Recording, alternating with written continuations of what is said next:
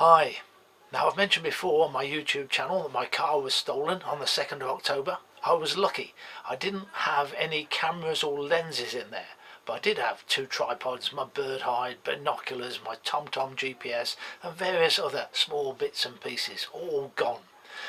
4 weeks later, I happened to spot my wonderful double-barred tripod with the Miller Compass 12 video head on it and the small rig device on top of that on eBay for sale. But the thing is, when you see your own stolen goods for sale on eBay, what do you do about it? If you think the answer to that question is an easy one, well, it isn't. Because I really didn't know what to do, I did what we all do these days. The first port of call, you Google it. Google is your friend. So I typed in stolen goods, my stolen goods for sale on eBay. What do I do? That wasn't very encouraging. People didn't seem to have any success at all. eBay just don't want to know, and that surprised me. I thought they'd be very interested, but they just don't want to know. They just say report it to the police. Now, there's no question that it's my tripod. It's very obviously mine. It's a double-barred tripod of unbranded make. You've got the Miller Compass 12 tripod head on top of that. Then there's the small rig lens support device on top of the tripod head. And finally, a Manfrotto quick release plate on top of that. So it's obviously mine. The second thing I did was to Google my local police station. I want to see if they're still open because it's now 9 o'clock of an evening. And when I don't really know what I'm doing, I'm going to prefer talking to someone face to face rather than do it over the telephone. And there's already a crime report for my stolen car. So I want to update that crime report. So they were still open, so I drove up to my local police station. It's only a few minutes away, just to report to them what had happened.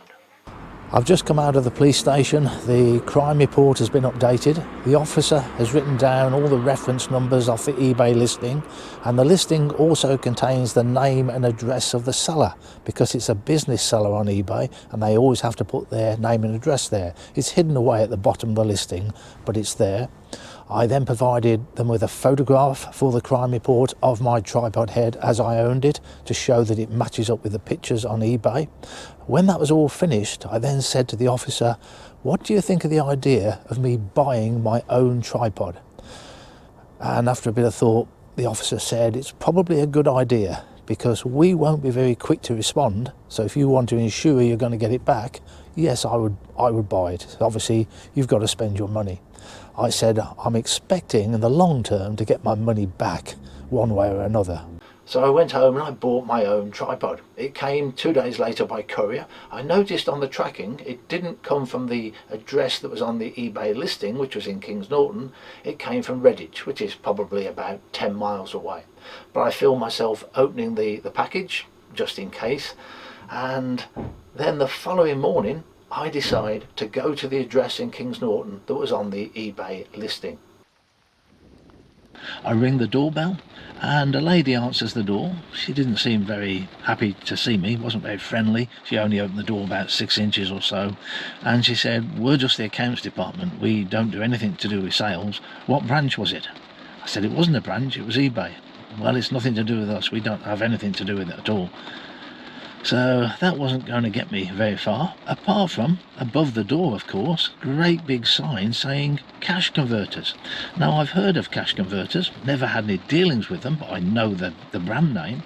So back in the car, I'm Googling cash converters, very large chain of shops, 180 odd shops across the UK, and the first website I come across is actually Cash Converters Australia. I assume there's some link between them.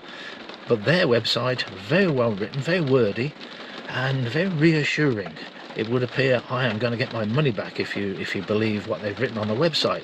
They are very diligent about ensuring they don't buy in stolen goods in the first place with the security precautions they take. And if an item is proven to be stolen, they're very cooperative with the police. They will take the loss financially, not their customers.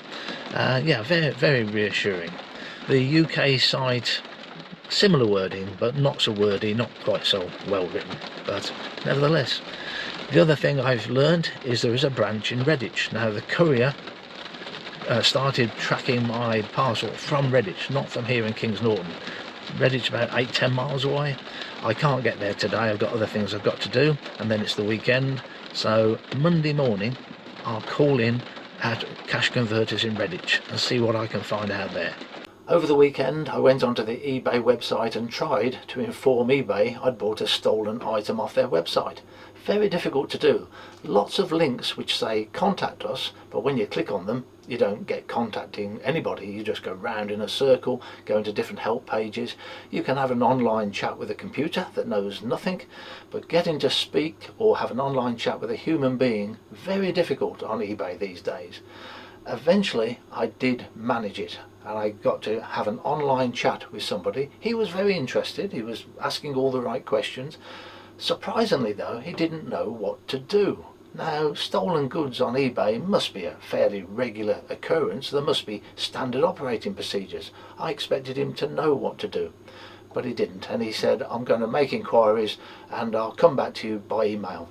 And I never heard from him again. If you look on eBay, their standard operating procedures seem to be they're not interested in stolen goods. If you buy stolen goods off eBay, then you report it to the police, and eBay will talk to the police, but they won't talk to you. I expected them to at least suspend the transaction so that neither the seller nor I had the money that they held. eBay held on to the money, but no, they're just not interested. So now we get to Monday morning, and I decided I was going to send an email to Cash Converters to see what sort of response I would get off them. I did this about 8 o'clock in the morning, and then I set off for Redditch to visit the shop.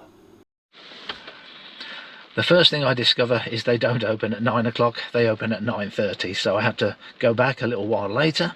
The main purpose of my visit is to see if I can spot any of my other items that were stolen for sale in the shop. It's a very small shop, so that took about 2 minutes just to examine all the shelves and the cabinets, and I could see nothing else that was mine. Then I spoke to the manager. He was happy to talk to me, but he wasn't particularly apologetic or sympathetic for the situation, but he talked to me.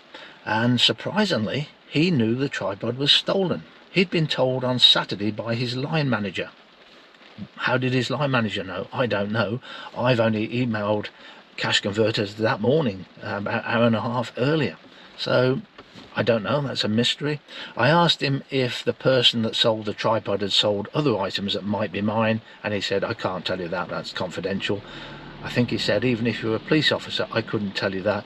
You have to fill out a certain form as a police officer, and we respond to that form. So that's it. That's as far as I could go with the shop. Later that day I did get a response to my email to Cash Converters. It was an underwhelming response. They've just sold me some stolen equipment and they could just muster a 2-line response. I'll read it out to you. If this item had been sold via eBay, then you'll need to raise inquiry with eBay directly. Just passing the buck. We suspect that the police would need to provide the seller with the crime reference number and work closely with the seller in order to conclude this matter. Referring to the seller as if it's a third party. It's not, it's them, it's Cash Converters.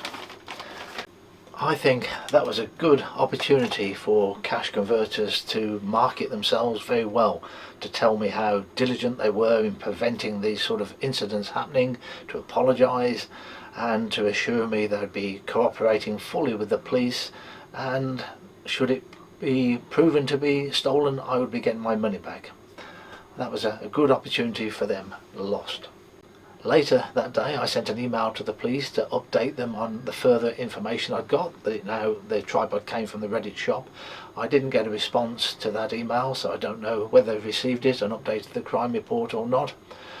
I then thought maybe I should find out what the police are actually doing at this point. So you can go online and fill out a form to get an update on a crime report. So I did that, and I'll read that out to you as well.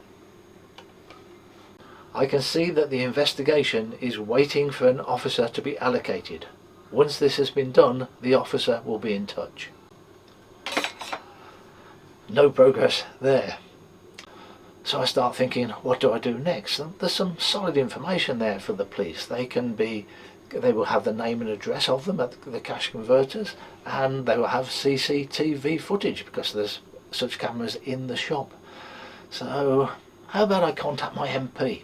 Now, I contacted my MP once before in my life, which was about 10 years ago, when I was having problems with the British Passport Office. I just couldn't communicate with them at all. It was only a small problem. If I could just talk to someone, it could be sorted out. So I got in touch with my MP, and I was told that they have a liaison officer with every government department. So yes, they could talk to the Passport Office today. And they did, and the problem was sorted. Very, very efficient. So maybe I'll try that again. So I sent an email off to my MP, and I got a response very quickly to say that my MP has written to the head of West Midlands Police. The following week I had a phone call from an officer from the West Midlands Police who had been allocated to the case. Whether there's any link to the email I sent to my MP, I don't know, but I'm happy somebody's on the case now. That was on the 8th of November, and then on the 27th of November I had another phone call which said that if I wanted a refund for my tripod, I would have to return the tripod to cash converters. The police will then collect the tripod from cash converters and give me my tripod back again. So it's a long way around it, but there's a sort of logic to it. Cash converters aren't going to give a refund unless they get the goods back, you could argue. So I thought, well, I would like my money back, so I took it into cash converters that day. So I took my tripod back to cash converters. I had to go back to a different branch, the one in Northfield, but they were very efficient there. They gave me a receipt for my tripod, and by the time I got back to my car, parked just outside, I had a message on my mobile phone to say I'd received a refund. It then took just over 2 weeks for the tripod to get from cash converters back to my local police station, where I had to go in and give a statement, but this morning I've picked up my tripod with that wonderful Miller head on it. Now, I have fitted a bit of extra security to my car. It's certainly very efficient, it's a deterrent, but it's also a little bit difficult to use. Oh, down, boy. Get him, down, down. Get back.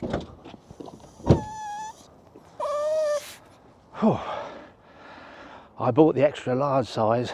Maybe I should have gone for the medium. Thanks for watching.